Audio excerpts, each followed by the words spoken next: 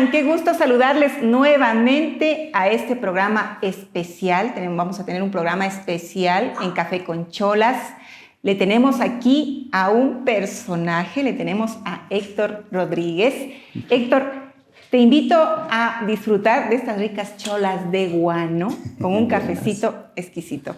Café con Cholas es un espacio donde ustedes pueden conocer de estos personajes, conocer su vida, conocer cómo han influenciado en el desarrollo de nuestro país, el Ecuador.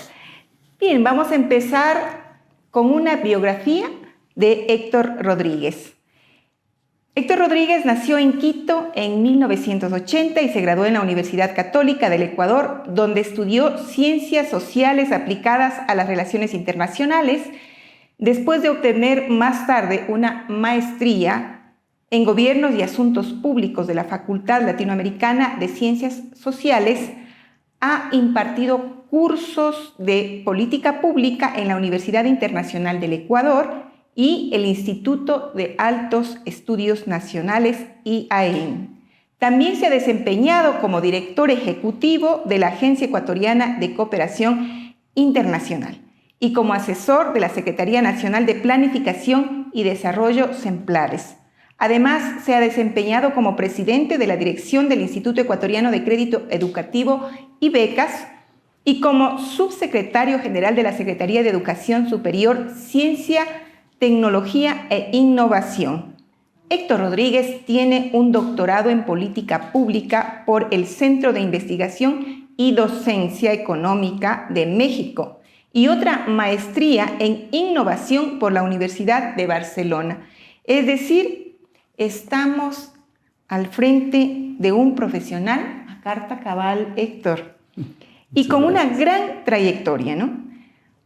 Bueno, Héctor, realmente para nosotros es un gusto tenerte aquí y pues tú fuiste gerente de la empresa pública de Yachay y ahora vamos a conversar justamente sobre Yachay. Así es que, estimado Héctor, bienvenido a nuestro programa de Café con Cholas. Queremos un poquito saludarte, para nosotros es un orgullo tenerte. Nosotros sabemos que el personal que trabajó durante la época de la Revolución Ciudadana, los profesionales que hicieron parte de este gran proceso donde fue Rafael Correa el máximo líder, pues fueron profesionales con mucha experiencia, con mucha capacidad, con mucho profesionalismo, y es por eso que pudimos cambiar totalmente al país durante esos 10 años. Héctor, empiezo yo este evento o este programa básicamente recordando el discurso de Daniela Armijos, ella oriunda de San José de Chimbo, y en el acto inaugural de Yachay, ella hizo su presentación en la primera universidad sudamericana dedicada a ciencias experimentales, y recordamos que le arrancó lágrimas a Rafael Correa con su discurso, ¿no? Y específicamente leo textualmente, ¿no?, lo que ella dijo: las nuevas generaciones hemos comenzado a cosechar los frutos de la construcción de un nuevo país, un país de sonrisas, de trabajo, de realidad y promesas cumplidas. Además dijo, impedir el acceso al conocimiento era una de las estrategias de quienes nunca pensaron en la construcción de un verdadero país. Empecemos un poco con esta pregunta, Héctor. ¿Cuál es la diferencia entre Yachay, Ciudad del Conocimiento, y Yachay Tech? ¿Por qué es necesario conocer esta diferencia? Pues necesitamos entender cómo era concebir este proyecto, estas dos visiones que tenía Rafael Correa Delgado. Pues nos decía a todos los ecuatorianos que este era un proyecto emblemático y que era muy importante para el país, justamente porque quería convertir a este país en un epicentro de ciencia, tecnología e innovación. Héctor. Bueno, muchas gracias, Pati. La verdad es que siempre es importante para la sociedad poner asuntos de fondo como problemas públicos en los cuales discutimos realmente qué estrategia de desarrollo lleva el país, cuáles han sido las decisiones que han marcado el antes y el después de una historia que ha sido plagada de sinsabores. Así como Daniela decía en 2013, decía, vamos a empezar a cosechar fruto en ese momento prácticamente 5 años de revolución ciudadana. En ese momento, como digo, que históricamente confluían algunos factores que eran importantísimos señalar, ¿no? El primero, una reforma institucional integral. La Constitución de 2008 otorgó no solamente dignidad al pueblo ecuatoriano desde el punto de vista de lo simbólico del marco institucional, sino que orientó un derrotero de país hacia un modelo de desarrollo que implicaba un cambio radical en su matriz productiva. Tradicionalmente el Ecuador ha sido un país que ha vivido de booms cacauteros, bananeros, booms petroleros. Hoy intentan hacer un boom minero como fuente de recursos para el desarrollo de una economía que hoy por hoy tendrá más de 120 mil millones de dólares como Producto Interno Bruto. Pero en 2013, comenzábamos a ver un cambio importante en las estructuras de esta economía. ¿A qué me refiero? A que por primera vez en la historia teníamos una tasa de analfabetismo cercana a cero, niveles de desnutrición infantil muy bajos. Teníamos una tasa de pobreza que venía cayendo en picada y una desigualdad relativa, que es el coeficiente de Gini, cayendo a un ritmo excepcional en América Latina. En ese entonces solamente Bolivia tenía una tasa mejor en descenso, digamos, de este índice que mide la inequidad de una sociedad. Y se había empezado con algo fundamental, la infraestructura. La inversión en infraestructura en el país, hablemos entre 2008 y 2013, fue importantísima. Tratar de mitigar, por ejemplo, los apagones y trasladar con seguridad energética a un país que pueda pensarse industrializable, ¿no es cierto? Un país de ser prácticamente recolector de frutos y explotador de recursos naturales no renovables, a ser un país que piense en una industrialización, pero que a su vez empuje a sus hijos y a sus nietos a soñar en grande, en construir un Ecuador basado en el conocimiento para la generación de riqueza. Y a diferencia de los recursos naturales no renovables, el conocimiento, como diría el propio Rafael Correa, es un bien público puro. Es decir, no le puedes, una idea, una vez lanzada, no se puede dividir ni excluir de su goce. Entonces, al repartir conocimiento de una manera mucho más equitativa, estábamos siendo subversivos frente al orden internacional del trabajo. O sea, esa división internacional del trabajo que nos había colocado históricamente como países no solamente periféricos o en vías de desarrollo o menos desarrollados, sino que históricamente nos había condenado a ser súbditos de una serie de designios que venían desde los epicentros de ¿qué? En la cuarta revolución industrial, de los centros concentradores de conocimiento y tecnología. Entonces, frente a eso, lo que nos planteamos fue una estrategia de desarrollo nacional que incluyó primero una reforma universitaria muy fuerte. Esta reforma universitaria tenía que ver, y soy orgulloso, siempre digo, de haber tomado decisiones radicales junto a compañeros como René Ramírez, como Guillaume Long, de cerrar, por ejemplo, 14 universidades de garaje, porque no nos podíamos permitir que esa economía del conocimiento se base en engaños y en estafas académicas que otorguen o que busquen títulos autocomplacientes de una mediocridad sistémica de una serie de caciques que eran los rectores de las universidades, caciques locales, que reclamaban cuotas políticas y a cambio vendían títulos a diestra y siniestra. prueba de ello, que es lo que pasaba en la Universidad Cooperativa de Colombia, Claro. En la denominada Politécnica Javeriana. Bueno, 14 universidades de garaje se cerraron fruto de ¿qué? De inyectarle un valor fundamental a la educación pública, especialmente la educación pública y especialmente a la educación superior, de tercero y cuarto nivel, que es la excelencia.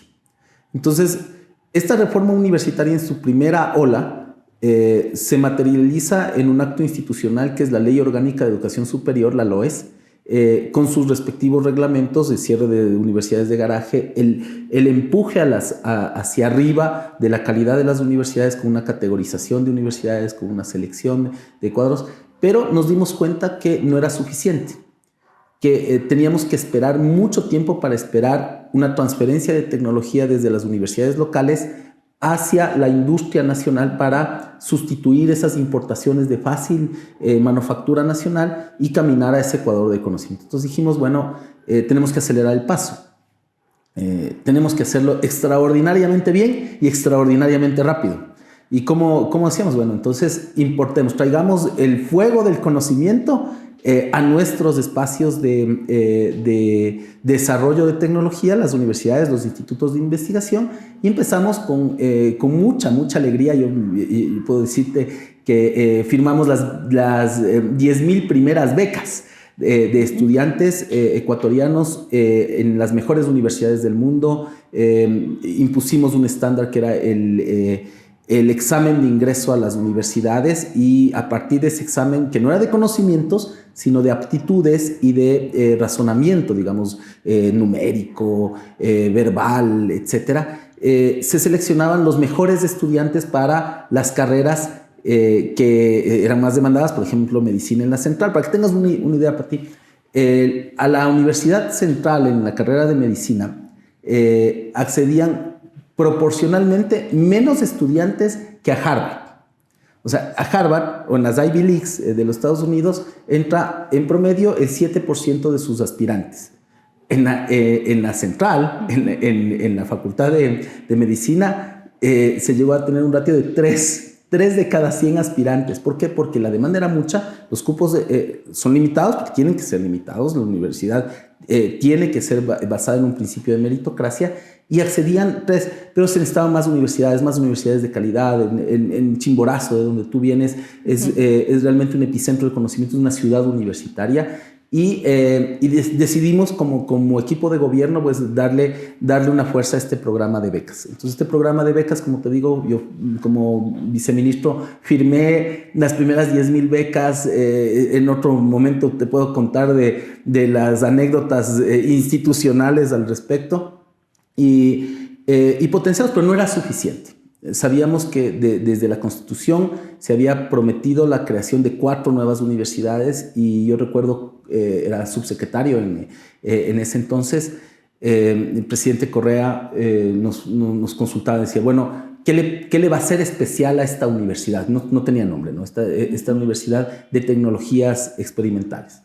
Y recuerdo en 2010, retrotrayéndome, ¿no? En 2010 haber lanzado la idea de decir, bueno, le va a ser especial, presidente, que no sea solo una universidad. ¿Cómo que no es una universidad? Digo, no, tiene que ser un parque tecnológico y un parque tecnoindustrial. Yo regresaba de hacer un posgrado también en Corea, en la administración de parques tecnológicos justamente, y nos sirvió de mucho esa experiencia. Te comentaba detrás de cámara cómo Corea tenía peores indicadores que Haití en términos de desarrollo en 1970, y su boya de salvamento fue la tecnología, la investigación y el desarrollo, para propiciar transferencia tecnológica a sus empresas como Samsung, como Goldstar o LG, Daewoo, Hyundai, etcétera. Transferencia de tecnología para tener ventajas competitivas y poder dar un salto cualitativo hacia el futuro. Bueno, con el tiempo, esa economía se convirtió en la 8ª economía del mundo. Así es. Basada en el conocimiento. Entonces, investigamos las estrategias de desarrollo, no solamente de Corea, de Singapur, de otros países, que estando en niveles bajos de desarrollo, dieron saltos cualitativos rápidos en niveles de desarrollo. Entonces el problema siempre, como decía el presidente Correa, es explicar las causales de romper el ciclo del subdesarrollo. O sea, cómo generamos más riqueza de una manera rápida y mayor bienestar, mayor buen vivir a la gente. Entonces ahí se tomó la decisión de construir, no una universidad, que es Yachaytec, o sea, también, digamos, una universidad, pero el proyecto era construir un parque tecnológico y tecnoindustrial, que ya vamos a desarrollar el concepto, que sea el eje y esa boya de desarrollo para la economía del país. Entonces, esto implicaba una serie de esfuerzos, así como lo hizo Corea en los años 70 con Daedoc o Daedoc Innopolis luego, y que se convirtió precisamente en esa locomotora de la tecnología para convertir, en el caso de Corea hoy, en un país que es el principal exportador de semiconductores. Ya, pero para desarrollar ese país dependiente, digamos así, de esas tecnologías innovadoras, teníamos que identificar en cuáles eran prospectivamente las mejores tecnologías, qué era lo que había que hacer y construir un plan maestro de una ciudad que la planificamos con mucho esfuerzo, pues que en 30 años tenía que consolidarse como un polo de desarrollo en el norte del país. Entonces, sí, la diferencia entre Yachaytec, después de esta digresión grandota, discúlpame, es que la ciudad del conocimiento no era la universidad. De hecho, se planificaron que coexistan ahí no menos de 10 extensiones universitarias de otras universidades, acompañando a Yachaytec, a la Universidad de Tecnologías Experimentales del Ecuador, universidad pública que debía asemejarse a lo que en Corea fue el KAIST, el Instituto de Tecnologías Avanzadas de Corea, que, si me permites una digresión cortita, fue en base a una anécdota que tenían los coreanos. Decían, mira, me entrevistaba con el director de este parque industrial y me decía, mira, Héctor, ¿cómo crees que nació este espacio? Entonces, decían, no sé, bueno, inversión pública, privada, qué sé yo. Nosotros éramos muy pobres, no teníamos nada. El principal producto de exportación de Corea a finales de los 60 eran pelucas, no tenían nada más que exportar, no tenían materias primas, no tenían frutos, no tenían minerales. Y el presidente Park, que dicho sea de paso, tenía una condición geopolítica bastante importante en medio de la Guerra Fría, fue con los estadounidenses y les dijo, muy bien, mira, nosotros vamos a participar en una guerra que nada tiene que ver con nosotros en Vietnam, pero a cambio de eso vamos a requerir un apoyo de ustedes. Bueno, participaron, hubo casi 500,000 de muertes coreanas, que nada tenían que ver con eso, pero sacrificaron vidas. Y el momento en el que se reúne nuevamente con el presidente de los Estados Unidos, le dice, bueno, entonces, no me ha dicho, presidente, ¿qué es lo que quieren ustedes como país? Entonces él sacó una foto del MIT, del Instituto Tecnológico de Massachusetts, y le dijo, queremos una universidad como esto. Y como no estaba tan desarrollado como lo tenemos ahora en la mente Silicon Valley, le dijo, queremos un parque industrial y tecnológico alrededor de este. Vaya. Entonces, en eso se basó Daedoc Innopolis y fruto de ello, como digo, nos inspiramos para lanzar la idea de Yachay y lanzamos Yachay Ciudad del Conocimiento entre una minga de saberes, de conocimientos, de una minga de muchas experiencias. Yo soy de la generación que fue adolescente en los 90, de las decepciones del feriado bancario y de todas esas catástrofes, y llegábamos con mucha ilusión al ver plasmado anhelos, una serie de ilusiones, pero sobre todo conocimientos que los habíamos traído becarios, que nos fuimos por nuestra cuenta a estudiar fuera, y que llegábamos y le poníamos sobre la mesa ideas a un gran tomador de decisiones que en un momento dado, cuando ya le presentamos el proyecto completo, dijo, está bien, tienen 3 meses para presentar ya en formato de proyecto de inversión y tiene que desarrollarse conforme a la prioridad que necesita el país, es decir, ya. Sí, claro, o sea, es increíble cómo ustedes apuntaron justamente a ese cambio de la matriz productiva en el país, ¿no? Y basados exclusivamente en lo que es la educación, ¿no? Y convertirle a un país que ha sido, por lo general, históricamente agroexportador, a ser un país en donde realmente desarrolle lo que es la parte tecnológica, el conocimiento, ¿no? En el 2014, cuando se hizo la inauguración justamente de la Universidad Yachay, y pues aquí fue súper interesante, ¿no? Reconocer que se empieza a hacer ya todo un trabajo fundamental para poder cambiar justamente esta matriz productiva basada en la educación. Pero hay algo que sí preocupa, ¿no? Y es, en realidad, se hizo todo este esfuerzo grande, empezaron y pues se avanzó de una manera increíble, porque a la final los resultados que seguimos obteniendo pues son resultados impresionantes. Pero cuéntanos un poco, Héctor, este desarrollo, ¿qué le faltó? De alguna manera queríamos que este proceso sea un proceso sustentable, digamos, que de alguna manera se mantenga. ¿Qué ha pasado durante estos años cuando un esfuerzo tan grande que permitió darnos una posibilidad diferente, un futuro diferente, no solamente para nuestros estudiantes, sino también para el país entero? ¿Qué sucedió durante este proceso donde vemos que gobiernos como el de Moreno, el de Lasso, el de Noboa, no han permitido que se siga desarrollando un proyecto tan importante? Precisamente, digamos, la falta de comprensión primero, creo que la ignorancia puntualmente en el gobierno de Moreno, sumada a un odio encarnizado, mataron, y digo mataron realmente porque en ese momento le quitaron absolutamente todos los recursos, quitaron presupuesto y le quitaron el estatus de una política de Estado a esa transformación de la matriz productiva. Varios ejes, ¿no? O sea, primero descendió la inversión en educación, no solamente en educación superior. O sea, le quitaron la plata a las universidades, sí, pero también le quitaron la educación básica, la educación media. Le quitaron la capacidad del país de incubar una generación de cambio y disrupción frente a la histórica matriz agroexportadora. Entonces, ¿a quién le conviene que sigamos siendo agroexportadores? O sea, primario exportadores y dependientes endémicamente, digamos, de una intermediación oprobiosa en la economía.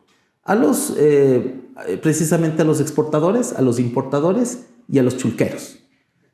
¿Por qué? Porque son los que colocan sus recursos o venden sus servicios en una economía que es distópica en el largo plazo, pero que resulta ser un negocio de corto plazo precisamente para estas élites que nos resultan gobernando en los últimos 7 años.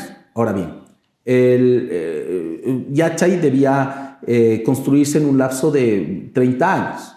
Entonces, la impaciencia de ciertos actores políticos por tener resultados de un parque tecnológico que no terminó ni siquiera de urbanizarse todas las primeras 380 hectáreas de un espacio de más o menos 4.200 hectáreas, que tenía fases, que tenía una estructuración, como digo, iba a albergar a 200.000 personas, en su momento iba a conurbarse con Ibarra para tener un polo de desarrollo importante en el norte del país. Esto era importantísimo, importantísimo. ¿Por qué?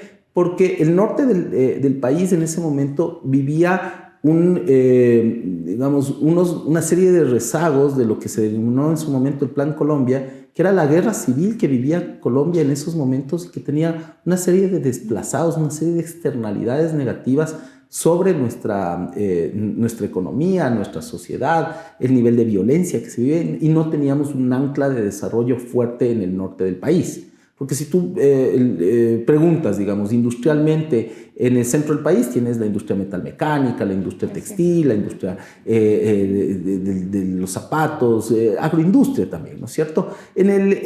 Si preguntas esto en Guayaquil, tienes el eje comercial, el eje agroexportador, etc.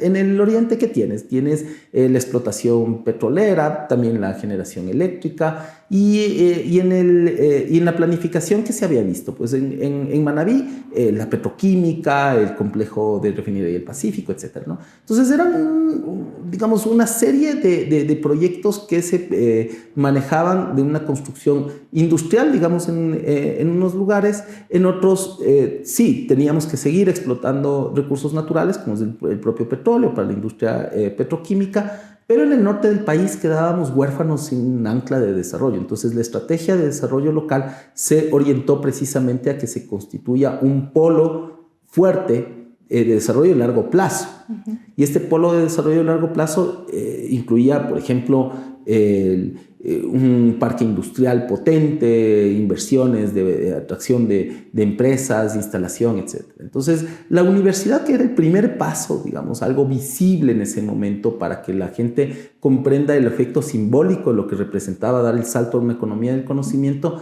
efectivamente atrajo a estudiantes, trajimos... hoy que estamos medianamente futbolizados, tratamos de traer al mejor director técnico del mundo que podíamos alcanzar en ese momento con las limitaciones presupuestarias, ganando menos de la mitad de lo que ganaba en el exterior, figuras de Caltech, de la mejor universidad de ingeniería del mundo en ese momento. Trajimos profesores de varias partes del mundo y conformamos una planta que dé un efecto, como te digo, simbólico de lo que podíamos alcanzar en algo que la gente podía ver, que era una universidad. Un concepto de universidad es mucho más fácilmente aprehensible que un concepto de parque tecnológico. Además, como te digo, el parque tecnológico iba a demorar 30 años en consolidarse. Uh-huh. Y teníamos identificado áreas como nanotecnología, biotecnología, tecnologías de información y comunicación, petroquímica, etcétera, como pilares de este parque tecnológico y que debían irse poniendo como un rompecabezas en el tiempo. Ahora, al cuarto año no le podías exigir pues, resultados radicales, o sea, no le podías decir, a ver, ¿cuántas patentes generaron? A ver, ¿cuántas publicaciones? Pese a eso, sí se generaron publicaciones. Le pusimos a la universidad, que tenía 2 años de haberse creado en 2016, como número 2 en el índice de la revista Nature, que es la más importante del mundo en ciencias naturales.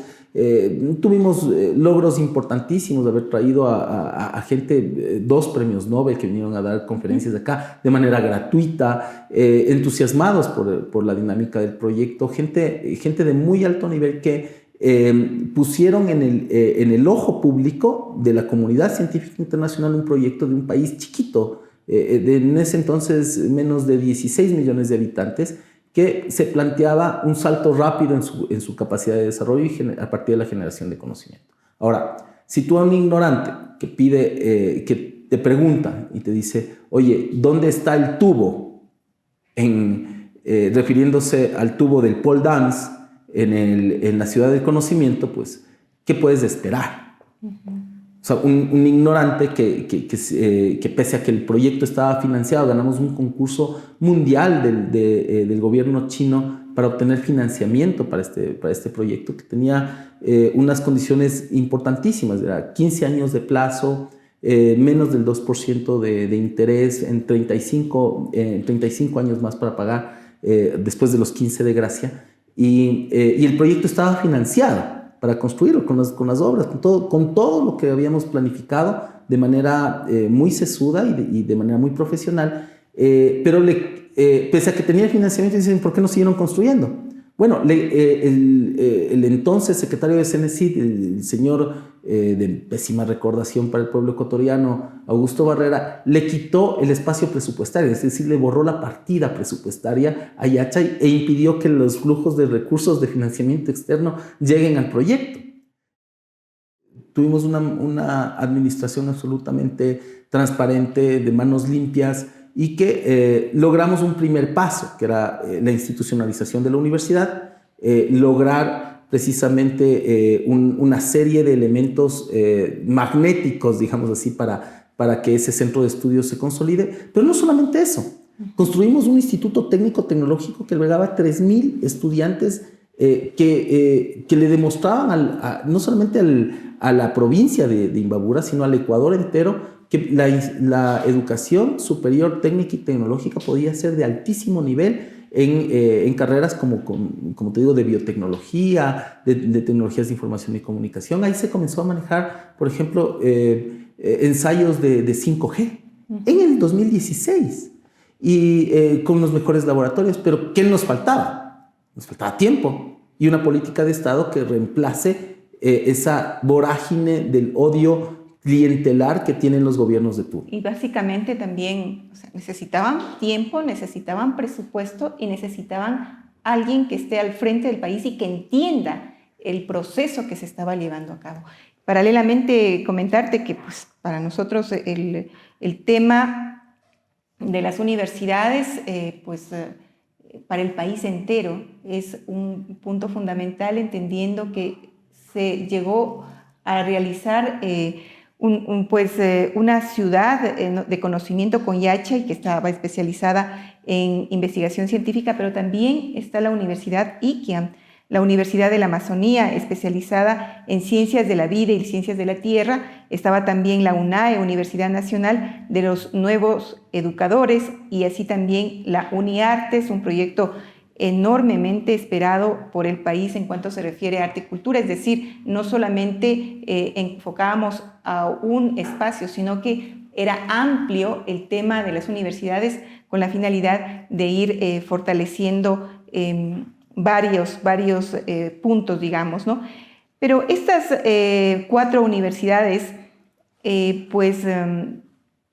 son como una respuesta a un pacto nacional, ¿no?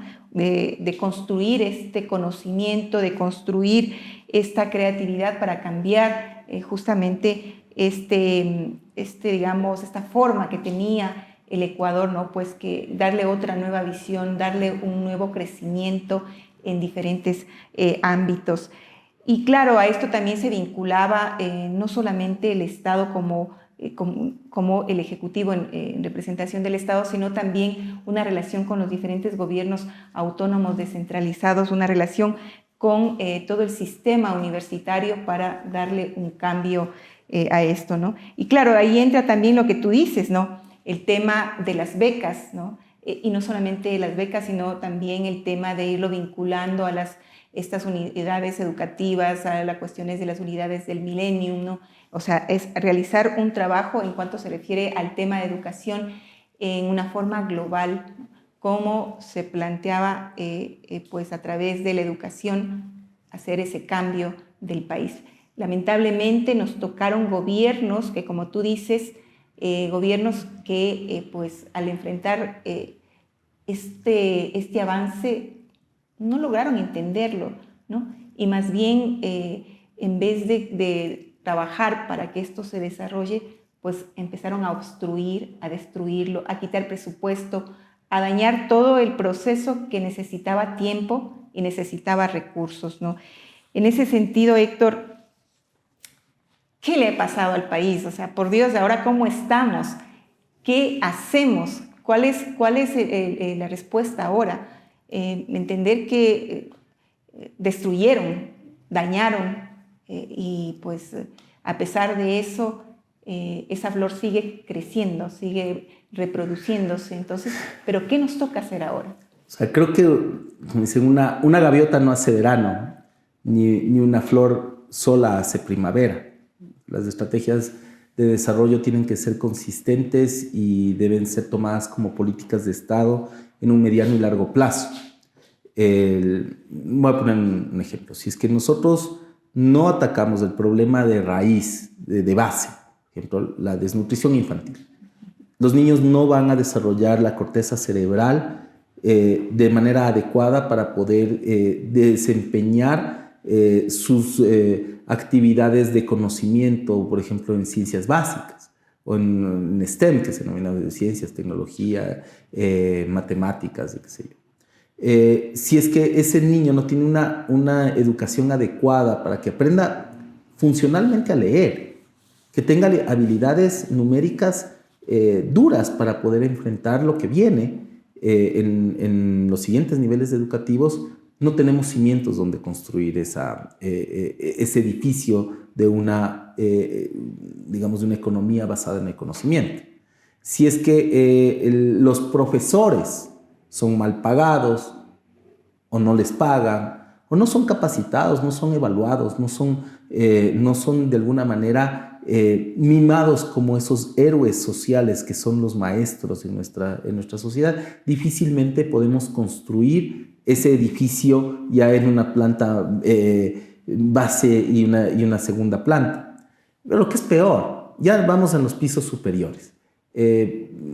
No puede ser que la plataforma política del gobernante de turno sea destruir la rectoría institucional de la educación superior. O sea, que la oferta de campaña sea borrar o eliminar la CENESID, dice mucho de esa propensión a que el edificio no crezca más de esa segunda planta. O sea, estamos complacidos, pregunto yo, en nuestras élites, con que los hijos de nuestros obreros, los hijos de esta sociedad se queden como bachilleres o a lo sumo adquieran un título medio a distancia con competencias cuestionables, de habilidades que medio sirven para esta economía de la intermediación y de la agroexportación. Pues parece que a ellos sí les es funcional.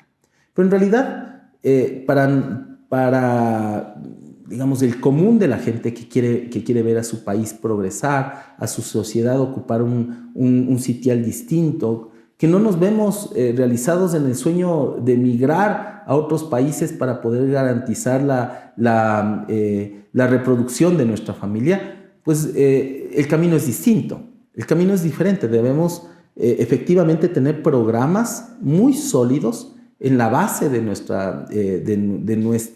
nuestro pacto social. Tú mencionabas un pacto social que no solamente es por la educación, sino por garantizar la correcta formación fisiológica y anatómica de nuestros niños y que transiten en una educación de calidad y de calidez, precisamente valorando el rol del funcionario público, maestro, maestras, que den y que vuelquen todos sus conocimientos adquiridos y especializados para que catapulten a esta nueva generación que requiere habilidades totalmente distintas a las que teníamos hace 10 años mapeados. Por ejemplo, hoy la inteligencia artificial nos inunda. ¿Cuál es el rol y cómo estamos formando precisamente a nuestros educadores alrededor del manejo de esta competencia o de esta tecnología que necesita ser incorporada, no en la malla, en el día a día de nuestros educandos? Y lo que es peor, ¿cómo estamos imaginando la educación superior en el país cuando le quitamos progresivamente más y más recursos año a año? Así o sea, es. ¿Cómo es posible que pensemos un Ecuador distinto? Discúlpame, si regalamos títulos de cuarto nivel con 3 años de estudio. Así es, qué locura. O sea, ¿cómo? Yo no entiendo cómo un tipo como Barrera le puede regresar a ver la cara al país y decirse académico si propició una reforma educativa que precariza la educación superior en el país. O sea, le hicieron tanto daño al país que lo vuelven funcional para cargar racimos de plátano y únicamente condenarnos a ser literal cargadores de las bonitas bananas que otros se benefician en la intermediación, porque ni siquiera le beneficia ese producto agroexportable, no paga un precio justo, real al productor, sino que el intermediario se lleva el excedente del productor y el excedente del consumidor de una manera, pero absurdamente oprobiosa. Y que nos hacen creer que ese es el país del éxito, sin miedo al éxito. O sea, el paradigma es del sapo ese que se queda precisamente con la plusvalía de nuestro trabajo. O sea, ¿por qué no estamos pensando en una sociedad que realmente le agregue valor con actividades actividades económicas y productivas que verdaderamente distribuyan mejor la riqueza? Porque la actividad que está centrada en el conocimiento, que tiene mayor valor agregado, necesariamente reparte lo que se llama distribución primaria del ingreso, es mucho más equitativa. y paga salarios más justos y resolvemos el problema de la pobreza de manera estructural. Pero para eso, como tú dices, la educación, pero no solo la educación, la política social, porque no nos podemos permitir un solo pobre en este país. Debería darnos vergüenza que más del 60% de la población objetivamente esté en situación de pobreza, sea por ingresos, por necesidades básicas insatisfechas o por pobreza multidimensional. Ese país que tratábamos de construir en el 2014 retrocedió en el tiempo. Si me preguntas ahora, Pati, no podríamos pensar en un Yachay.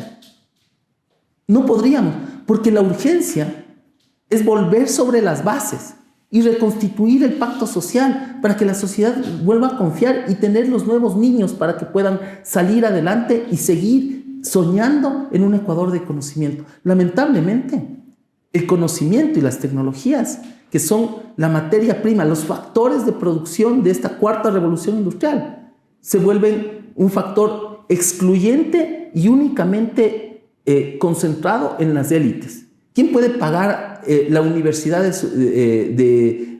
sus hijos? ¿Quién puede darse el lujo? Estamos hablando de que el 80% de la población no puede permitirse una pensión universitaria para su hijo que resultó que no fue admitido dentro del nuevo sistema universitario que también funciona en base de coimas.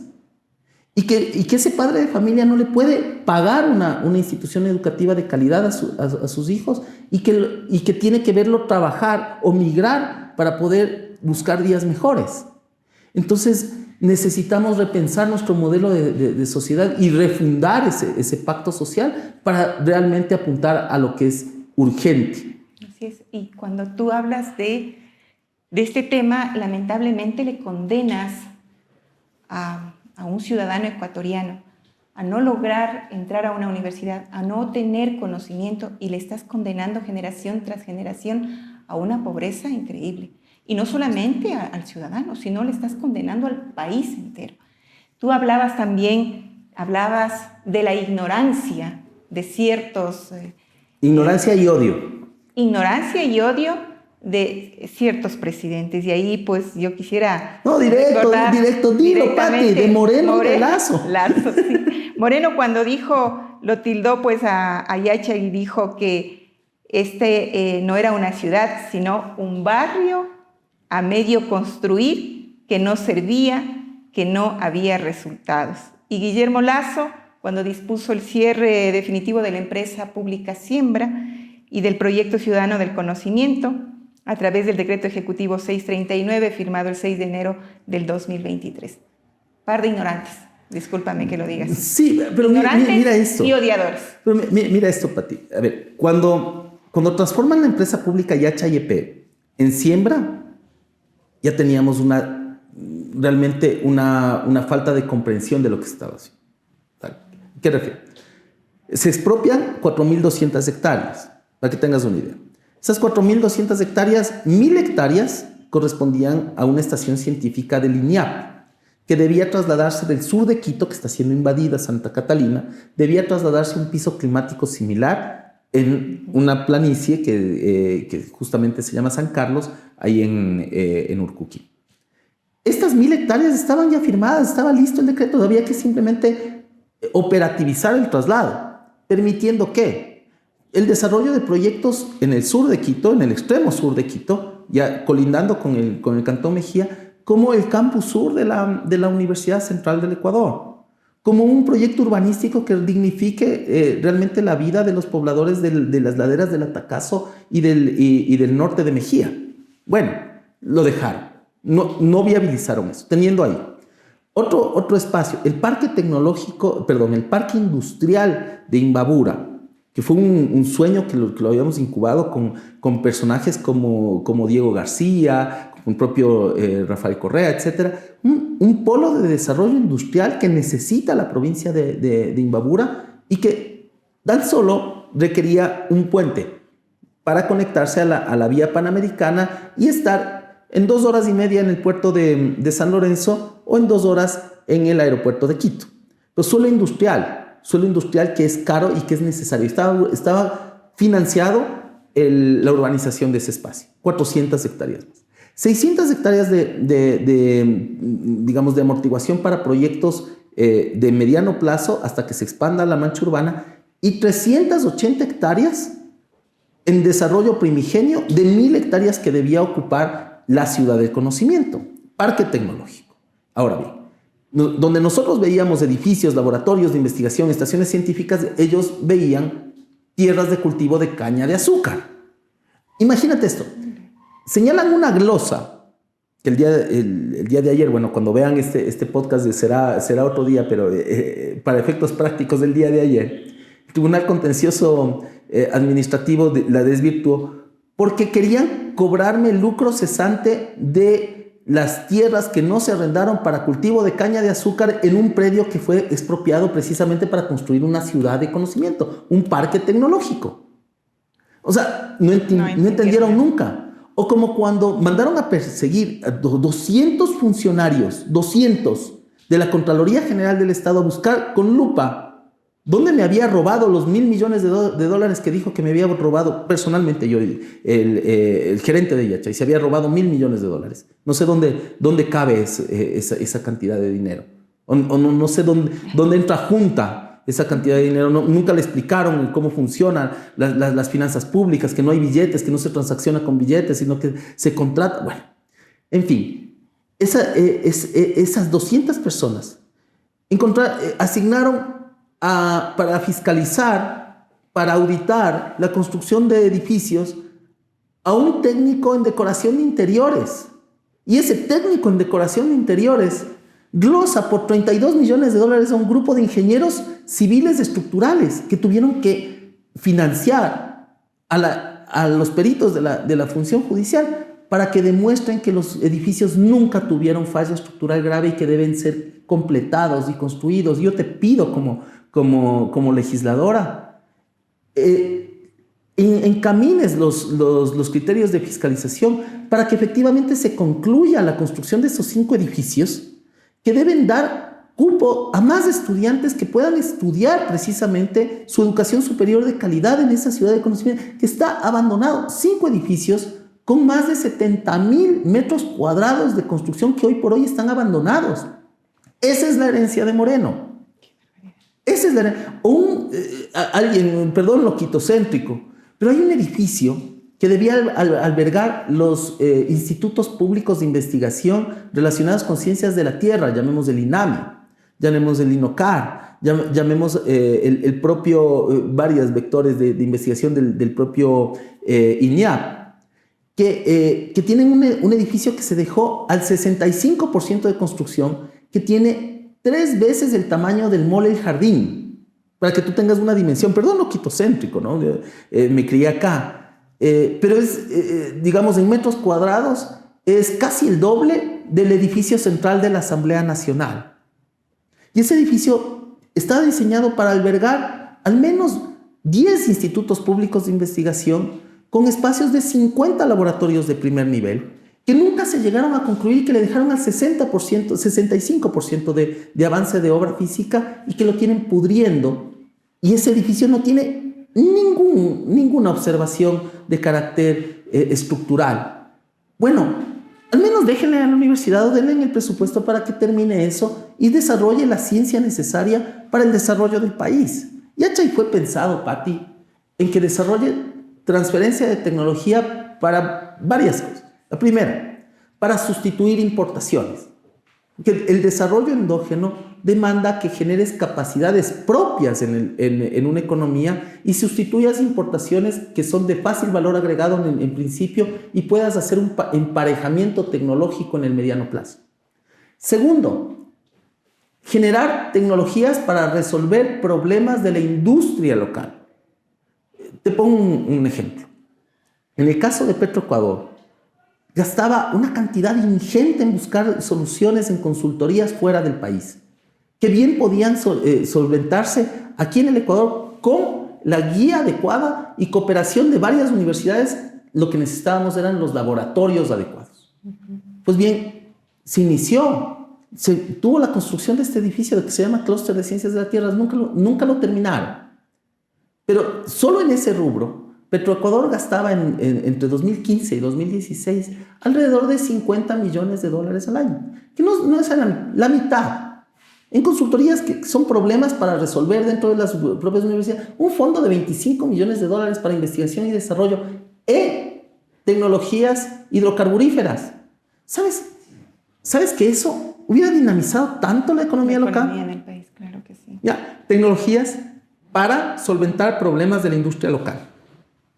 Tecnologías tan necesarias para la industria, por ejemplo, la industria de sanitarios. Nos decían, mira, necesitamos un ojo de barrido láser que nos beneficie. ¿Cuánto estás dispuesto a pagar? Mira, tengo pérdidas, me decía un industrial, por alrededor del 15% del total de mi producción, pero si tú me solucionas este problema, yo te financio, vamos, la mitad de mis pérdidas lo encamino en un proyecto de desarrollo de mediano y largo plazo. Haz que mi producción sea más eficiente. Uh-huh.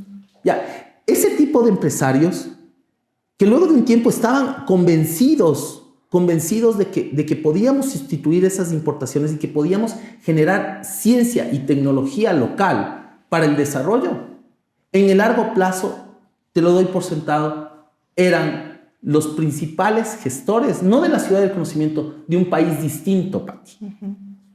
Así es. Héctor, es súper apasionante hablar sobre este tema, pero por favor, tómate el café, cómete una chola, por favor. Sí, no, en realidad hay una serie de temas con respecto a esto que sí te golpean, porque al final es destruir a la patria y es, como tú dices, destruirla por odio, ¿no? Lamentablemente no podremos recuperar ese tiempo que se ha perdido pues por estos malos gobiernos, por estos dos personajes y el actual, porque tampoco es que está haciendo absolutamente nada. Y también decir, Héctor, que bueno, de hecho tenemos que seguir trabajando, porque al final no podemos dejar a este país que tiene también una visión de futuro y que necesita un cambio y que tenemos que seguir luchando. Y de hecho hay cosas importantes en Yachay, ¿no? Que a pesar de todo esto que ha sucedido, todavía se sigue cosechando eso que se sembró. Y yo quisiera, por ejemplo, hablar de Dana Valencia, estudiante de la Escuela de Ciencias Químicas e Ingeniería, que fue seleccionada para representar al Ecuador en la competencia final en Londres, tras haber sido galardonada el 14 de marzo del 2024 con el premio al mejor programa del año en Latinoamérica y el Caribe. Así también Daniela Arellano ha sido seleccionada como la primera ecuatoriana en participar en la prestigiosa 73ª reunión de laureados del Premio Nobel, que se llevará a cabo desde el 30 de junio al 5 de julio del 2024 en Lindau, ¿no? Alemania. Este evento reúne, dice, anualmente a 30 premios Nobel y a 600 de los jóvenes científicos más prometedores de todo el mundo. Daniela fue nominada como la joven científica y se convirtió en la primera y única representante del Ecuador mientras aún era estudiante de pregrado de Yachay Tech, en un grupo compuesto principalmente por estudiantes de maestría y doctorado. Todavía, pues, eso es lo más importante, ¿no? Ir sintiendo que Yachay vive, ¿no? De que todo este proceso vive. Ecuador vive. Ecuador vive y que necesitamos seguir trabajando con fuerza, necesitamos seguir impulsando esta lucha a pesar de que tenemos estos grupos, ¿no? Que solamente se preocupan por fortalecerse ellos mismos, por destruir al país y por llenarse los bolsillos de dinero. Esa es la visión cortoplacista de una élite que no ve más allá de la satisfacción inmediata de sus apetencias.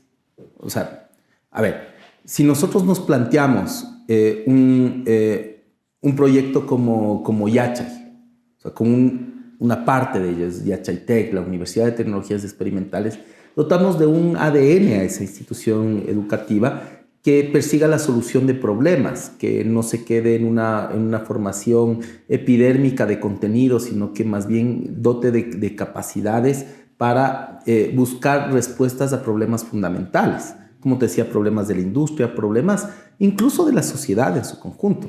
Ahora bien, ¿qué hubiese pasado? Yo digo, los gringos dicen, shuda, kuda, guda, ¿no es cierto? El habría no existe.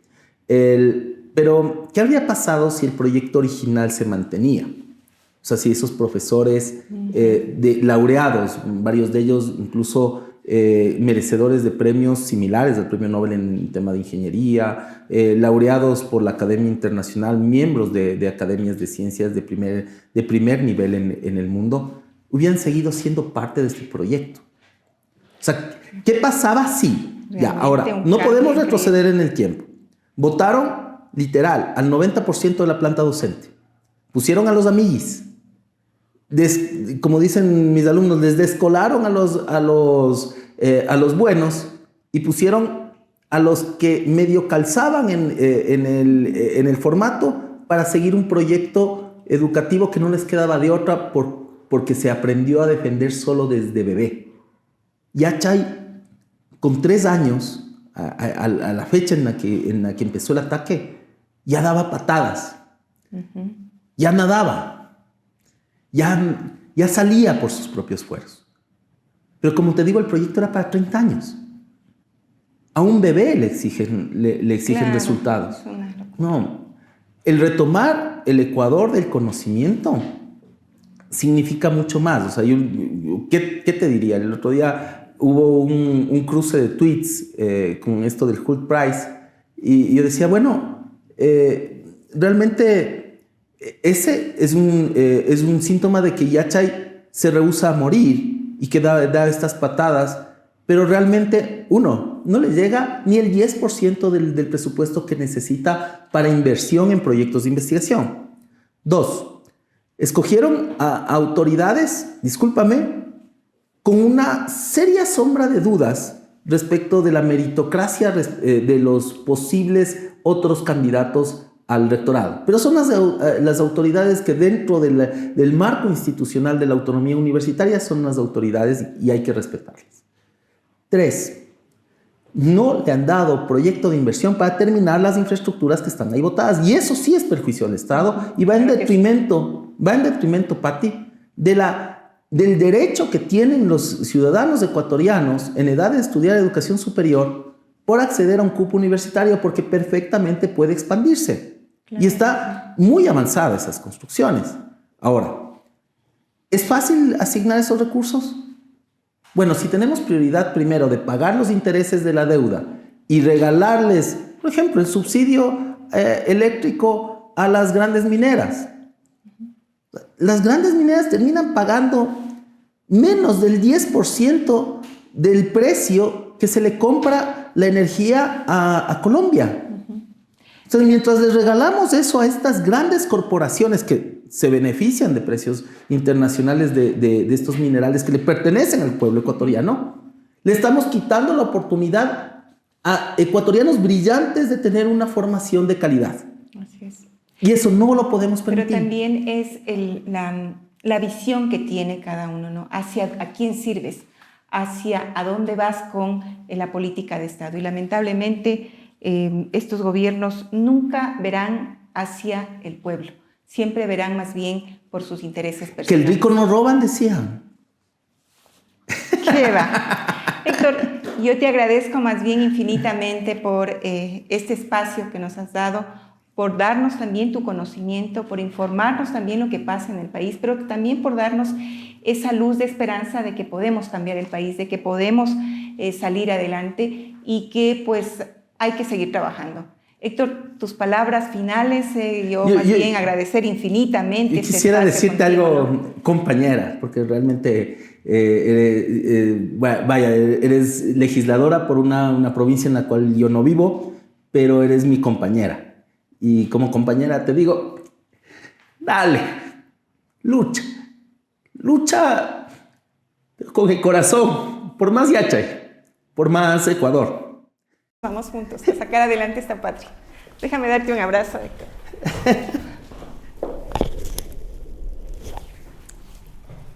Gracias por estar aquí. Salud.